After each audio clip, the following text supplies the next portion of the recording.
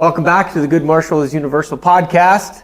Dan Bernardo, Keith Mosier, Bo Davis. So we were talking about con men.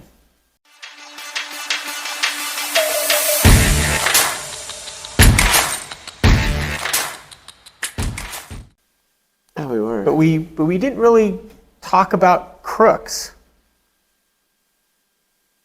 No. And there's a difference, right? I think a con man is a crook. So every con man is a crook, but not all crooks are con men. Yeah, we went right? heavy into con man because I think it's the most prevalent. I don't think it's the most prevalent. What? No, I think Really? I think there are a lot of different kinds of crooks. Yeah. I think, personally, the most common crook in the martial arts community are child molesters. Yeah. That would make sense. Even if they don't get caught, I think that there are far more of them than we could possibly imagine. Yeah. And they're starting, in my community, in the Tungsten community, they are, we've just recently had a big arrest and therefore big, investigation, and it ruined a lot of people's lives. I don't want to say ruined a lot of people's lives. Ruined the ones that it should have ruined, and messed up the ones that shouldn't. Yeah, I was going to say, I think you could say the victims. Yes, but I don't want to say it ruined, I don't know. It didn't make their lives good. No, it didn't make their lives good. And cost a lot in therapy. And I came to what do you call? I was made aware that somebody that I knew was sort of in that vein, and it's just growing up. Myself, I started martial arts when I was 10. Yeah. Growing up, I found that the majority of bullies that I had in my life were martial arts instructors. And many of them teach anti-bullying programs. And so I think that having and this goes for any community, any outlet, or any practice, any whatever that has an authority figure, you're going to find that authority abused. And that, I think, for me anyway, in my experience, is where the majority of the crooks lie. You had a minute to sit on this one after I brought it up again, huh? Oh, dude. This has been, listen, this has been a problem for me personally for quite a while, because I've known about certain people, but when we talk about crooks, there's other kind of crooks too, but that is, for me, the one that... Crooks, it might have also colored our thinking process, because in the dictionary, a crook would be more akin to a burglar, whereas you're talking, if we went more broad and said criminals. Uh-huh. I would think more of larger organizations. Criminals are crooks, criminals are con men, criminals are pedophiles, criminals is a larger category. So would you not consider that person a crook? No, it wouldn't come to my mind right off, because when you say crook, I'm thinking of people who are trying to take things. Now, granted, they're taking some, but I mean, money, property.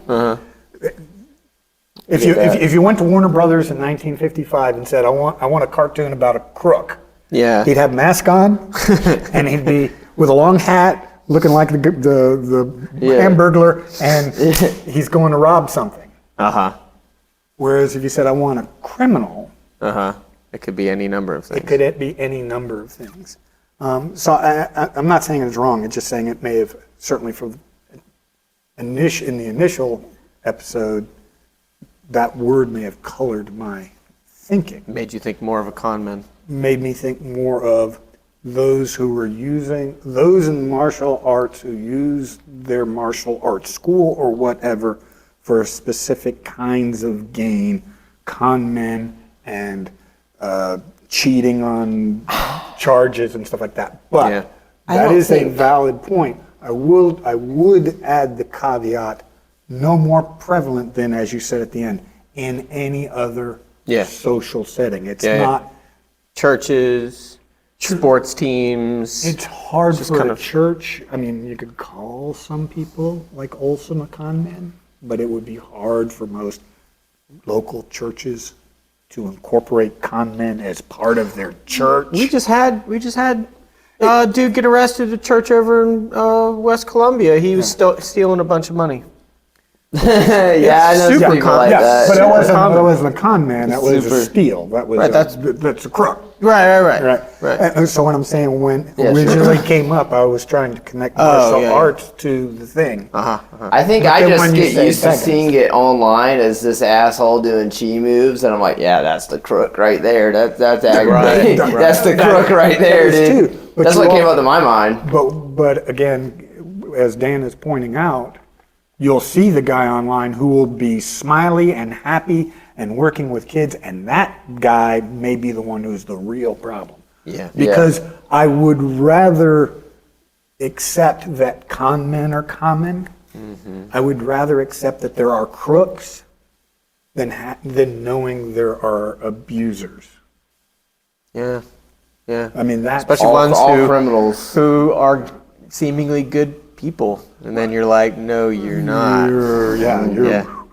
That'll change your perspective on somebody like immediately. There are some people in some associations who have died, and then they go through all their shit, and they're like, you know what I mean? And that's like a, well, are we glad he's dead moment? You know, sometimes you don't know what to think. You're like, and then you think back on like every moment you spent with that person, and you're like. Now the bullying, which is not necessarily the sexual abuse, is interesting and unique. Not unique to martial arts, but comes off in a unique way in martial arts.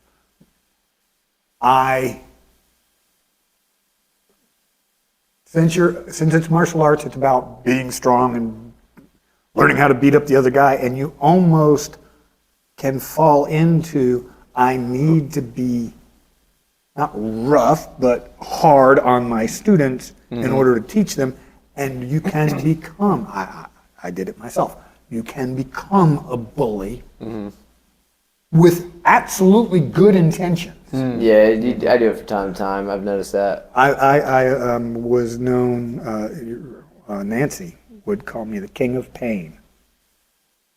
Because I would take my padded collie stick and have them do squats, and when people were getting lax, I'd walk up behind them and give them a little whack in the calf. Oh! But there were people, I would have people come up to me and go, that's what I like about you. You push me, you make me go. Which then fueled I need to keep doing that. But as years progressed, I realized, no, that's not cool. That's not. Hold on, let me not go off the deep end here. I'm being the bad guy. Yeah. With the idea that I'm actually doing them some good. Right. So I had to find another way. Now, by the same token, now people don't come up to me as often and say, I need that. I need you to push me. Dre does a little bit. And I have learned, and it takes years to be able to do this. I have learned you will get cues from certain people and they will tell you, and you realize this is the person I can hit in a specific way that must have a lesson directly attached to it versus, no, just work harder. But look at most Shaw Brothers Kung Fu movies. Work harder is just whack. Work harder. You know, like the nun and the ruler. Whack. Or the stereotypical Shaolin kid who's sitting in a horse stance, holding the staffs and Yeah. crying, and or the stereotypical Taekwondo kid who's being his feet are in a split, and they're stepping on their hips to make them go down, and they're crying. And I see that on like Chinese TikTok every now and then when I'm scrolling. I'm like, oh, there's a Shaolin kid getting forced into a squat or a split. It's horrible. Yeah. There not just that. There are, because of my page on Facebook, I get submitted stuff a lot. And you submitted stuff? Yeah, and I have rules, and one rule is it must be educational. Nice. All right? And there are people who I will tell them when I reject it, I just watched you beat up a student. Right. You didn't tell me why anything worked, how anything worked. You gave zero instruction to the student. We just watched you for 5 minutes beat up a student. I'm not approving that. Yeah. Was it sparring footage, or was it like he was talking, but it was like half-assing it? No, usually, because it's Wing Chun, it'll usually be something like a guy like Chi Sao and pop, and Chi Sao pop, and Chi Sao. Well, tell him how it worked. Yeah. If you went pop, now this is what I did. Okay. Yeah. Try it on me. Yeah. That would be one thing. Yeah.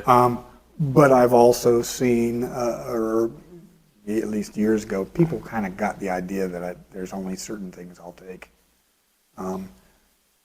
Doing that kind, not specifically splits and pushing on it, but planks over a burning flame. So you wouldn't sag. Yeah.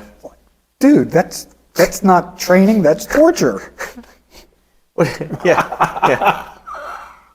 Come on. That's pretty cool. A little tea candle on the floor. And, Yeah. Like, no. That's like medieval torture. It's like proto-torture. Mask of Zorro.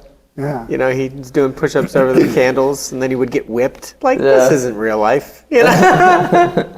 What is he training for? But it is. But people do that. And so I wanted to go back to the bullying. That is a thing that happens. Yeah.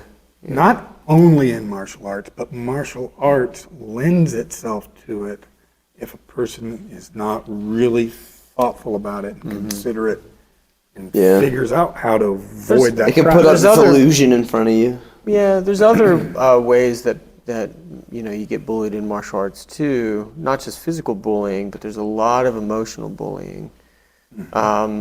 I'll be completely upfront and honest, and I've said this on another podcast before, so I feel fine saying it again. I will still, to this day, have nightmares of showing up to my teacher's school and him yelling at me, telling me that he's unhappy or disapproves of something that I've done. Like, I literally, there's so much negative connotation because, and what happens a lot of times is parents will come in and they do it to me too, and I have to tell them no, right? They'll be like, I need you to get after Johnny. He's doing bad in school.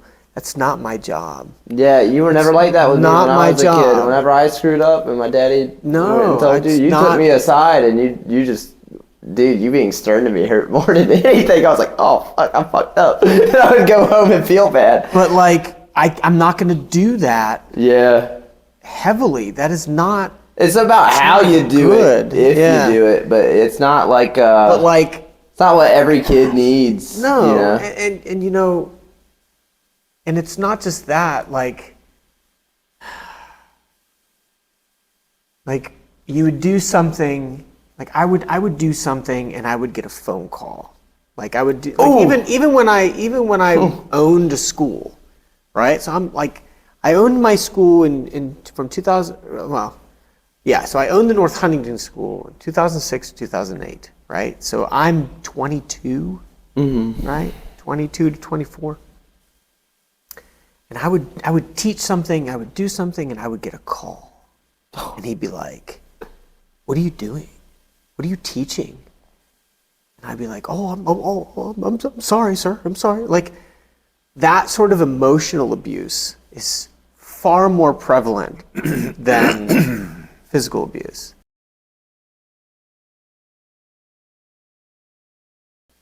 like, subscribe, share, share. comment, Comment. comment, comment, comment.